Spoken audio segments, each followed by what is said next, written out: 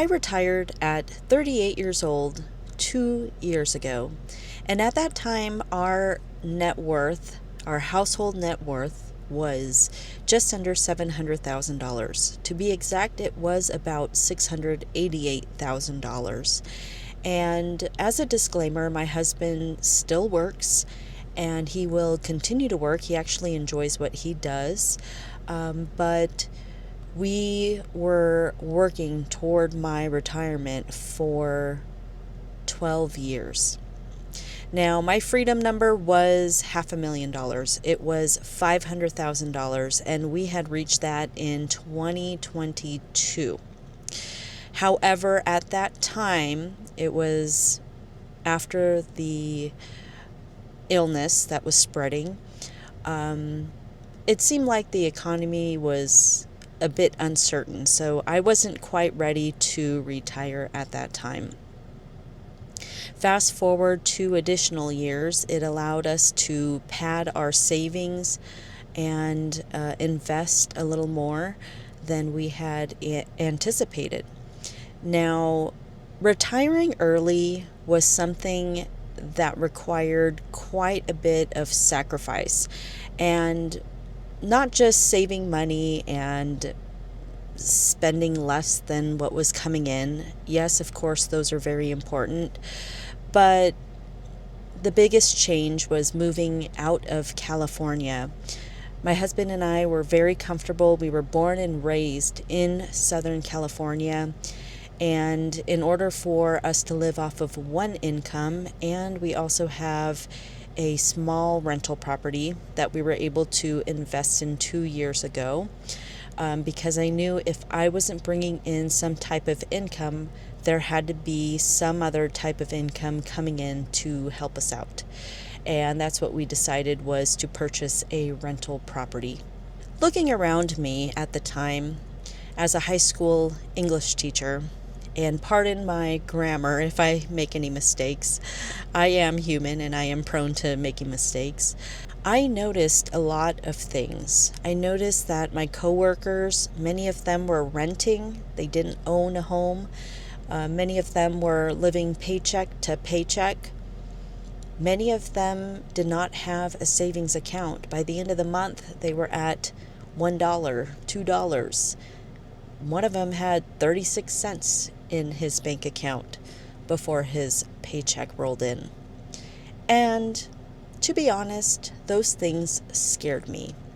I knew in my first year of teaching that that was not sustainable for the next 40 years of my life. And so I made some changes, and those changes were for the long haul.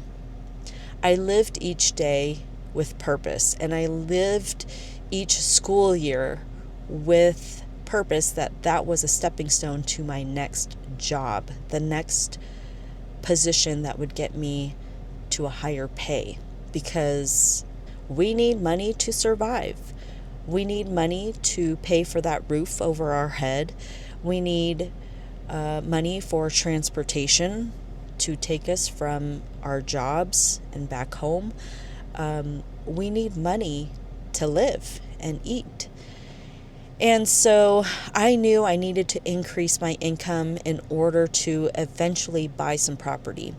Now, the reason why I invested heavily in real estate was because it was something that was achievable. I'm not saying that it's achievable today by any means. I look around me. I mean, there's empty lots sitting around here and homes, and I'm sitting here in Idaho that are worth over $1 million. I don't know who is buying these homes. They sure aren't young people. And if they are, I don't know where they're getting their money from. People moving here have to have sold their very expensive homes someplace on the coast to come here and buy expensive property. I really don't know how people are doing it. But in my experience, I was able to get into a small condo. The first and foremost reason why I knew I wanted to invest in real estate is because my husband's grandmother, so that would be my grandmother-in-law, invested in real estate. She had 3 properties at the time that I was teaching, my first year teaching, and she was pocketing more than my annual salary of $20,000 a year. She always had beautiful nails done. She just looked presentable, always looked great. And they had a very comfortable home. And I wanted to be like that. One day I knew that I wanted to own some properties that would pay for my living expenses. And I saw that at a young age, I would say about 26 years old. I didn't know how the world really worked at 26.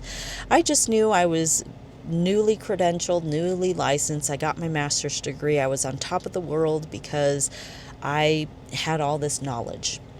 But come to realize I did not want to work in the classroom for 40 years. And that was what many of my coworkers were doing. They were working for 30 to 40 years, and then they would retire and live off of their pension. Truthfully, I didn't like that roadmap. I wanted to change it. Being in the education system, I realized that it's so important to be able to support your kids at home. I know this is something that not everybody can do. And especially now with the high cost of living, the high cost of food, the high cost to go to the movie theater. However, that was a goal that we were working toward. And it took 12 years. And I'm not here to put anybody down. I think everybody is doing what needs to be done for their families. We're all in different places. We're all in different careers with different income levels. This life that I'm living right now is worth it and makes me feel like $1,000,000. I don't have $1,000,000 in the bank, but it makes me feel like it. And that really is true retirement. Whatever you retire from, whether it's a career, a sport, a business, whatever you retire from, is not saying that you're not going to be doing anything after you close the doors on that career or that business. You still have your skill sets. You still have the valuable things that you learned on the job with you, and those will never leave you. You have skills that no one can take away from you. One of the things that I absolutely loved doing while I was teaching, besides real estate, because I love real estate, was creating templates for the classroom, for students, for teachers, for parents, creating syllabi at the beginning of the school year. And I would create those for Teachers Pay Teachers. And guess what? Now that school's starting up, I've made quite a few sales on my Teachers Pay Teachers account because teachers are buying the things that I've created years ago when I was in the classroom that would help me, and now it's helping other teachers. I get to do things that I want to do. I get to create these videos. I get to be there for my kids. That's one of the perks of being retired. I'm also not against having a job. There's a lot of things that I realize I have the freedom to do now than when I was in the classroom. A lot of people that I meet around my same age did the opposite.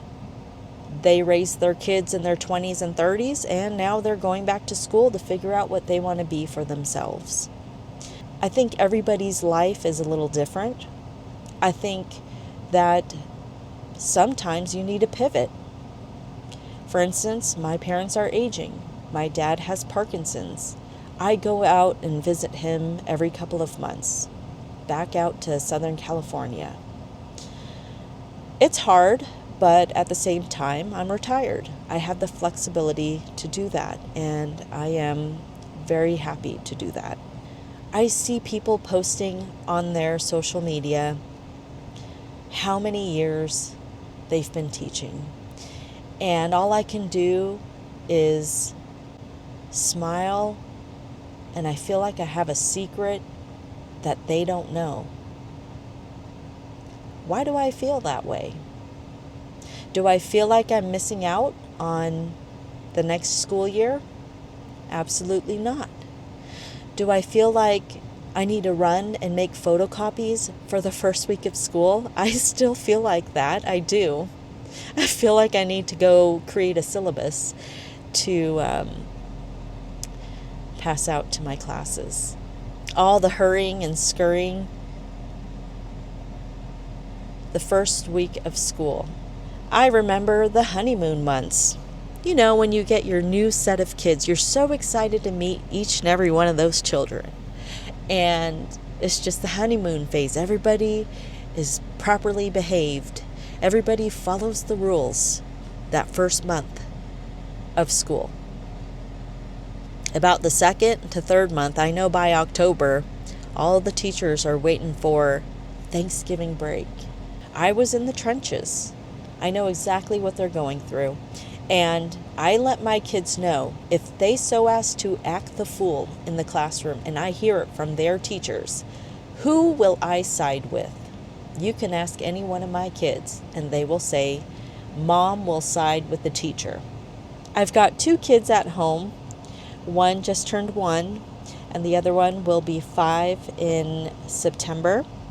Kindergartners had to have been born before September 1st, but she was born September 12th, so I get to keep her 1 additional year at home. For the last 2 years that I've been retired, our net worth actually grew upwards of $200,000. If I were working the last 2 years, I would not be able to save that amount of money. Compounding growth has really worked well in our favor. And if you're working, I want to encourage you to take the 401k employer match. If you have that, I want to encourage you to invest. Have a set amount of money that you're willing to invest. Because at the end of the day, your employer is not going to pad your retirement. Your employer is not going to help you save for anything. You are in charge of where you want to be tomorrow. You are in charge of where you want to be in 10 years. I am a firm believer that you must take the wheel. You are the driver of your car, and you are going to pivot, swerve, turn, do the things that you need to do to get to where you need to be. Have a nice day.